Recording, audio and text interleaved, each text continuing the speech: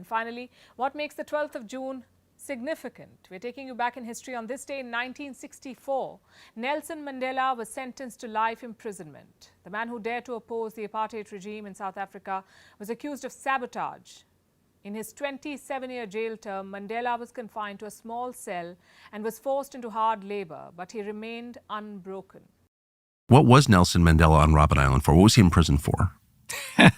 Well, if for being black, or was there another reason? Well, literally. So I have children, and they are taught in schools, and the government prescribes what children should learn in history.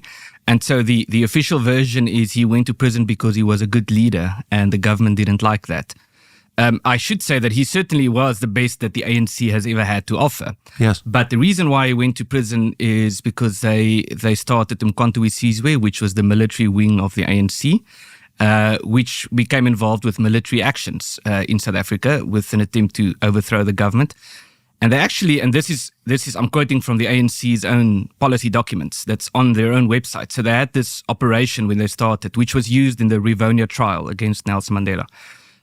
It was a strategy called Operation Mayibuye, and the slogan of this operation was "Shamelessly we shall attack the weak, and shamelessly we shall flee from the strong."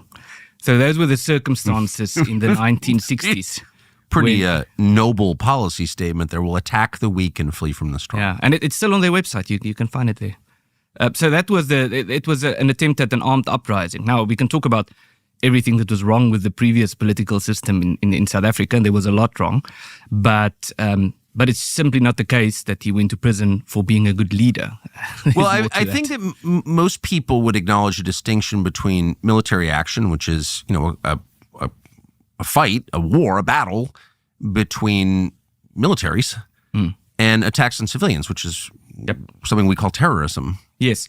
So in 1985, the ANC had a conference in Kabwe in Zambia, and they took a formal decision that in their so-called military operations, they would not differentiate between hard and soft targets. So it was officially a policy that says we can kill innocent people. And a lot of innocent people died in the political violence in the run-up to 1994, and 90% of the people who died were black South Africans. Right. It was...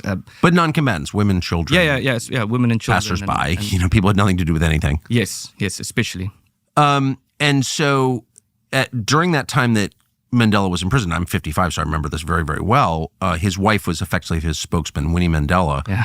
And she was lionized in the United States. She was a hero. She was the mother of an emerging nation, a woman of peace and decency, really a transcendent figure, a holy figure.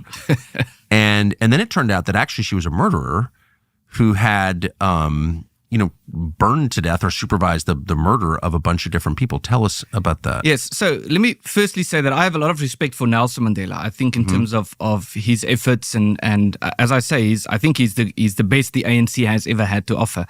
Winnie Mandela, his wife, not so much. So she's been involved with a lot of things, including what was called the Mandela Football Club. Yes. Which was a gang that was involved with violence and killings of innocent people. And she famously said at a political rally, with our necklaces and our matches, we will liberate this country. Yes. Which, of course, is a reference to the necklace murders, which was very popular in South Africa and still happens in South Africa. That's when you take a rubber tire, you fill it with petrol or gasoline, and you put it around someone's neck so that it's bound around their arms, and you set it on fire. And then you stone that person while he's burning to death. And that happened. There were, I think, 500 or 700 people were killed like that during political violence in South Africa. And she encouraged this. Initially, she denied it, and then it came out that it was recorded of her saying this. So yes, it's very bizarre that someone like Winnie Mandela is a hero today. And was a hero then. And so that, to me, was a sign that these are not, liberators, that they're oppressors. Yeah. Yeah. And so, but no one in the West wanted to think that. It was like a really simple tale of white oppression of noble black people. And by definition, the black people, there were oppressed black people, of course. And there were noble black people, but the leadership always struck me as evil.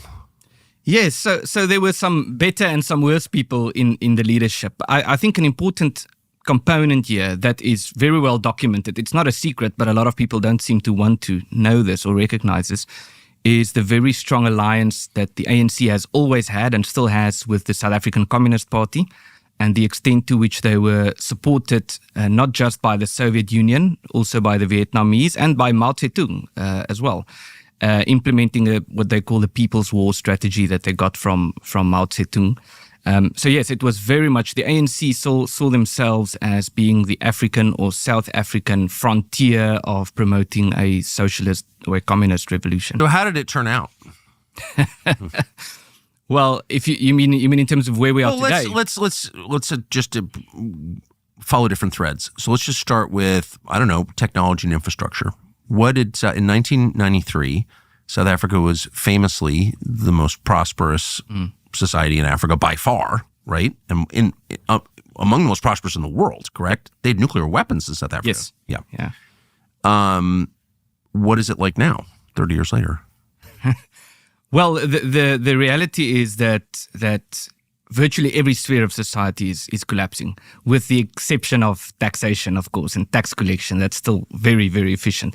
So it's a very small number of people, a very small portion of society that pays tax, that is heavily taxed.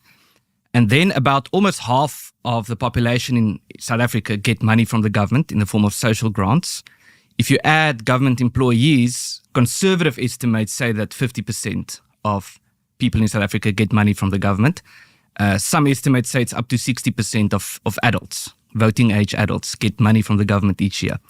So then this money, of course, is then used. It's given out as social grants, but what's left is used to set up these programs that are actively discriminating against taxpayers. There are so many examples. One of the most recent ones is this Blacks Only Fund that the government has set up, whereby they give money to black entrepreneurs exclusively. So this is happening, and then on top of that, so after you spend your tax money to fund these government programs that are discriminating against you, you have to spend what is left to do the things that the government was supposed to be doing. So the classical definition of a government is that it should protect life, liberty, and property. The classical liberal view, we're a bit Ciceronian, so we think a government has to do more than that.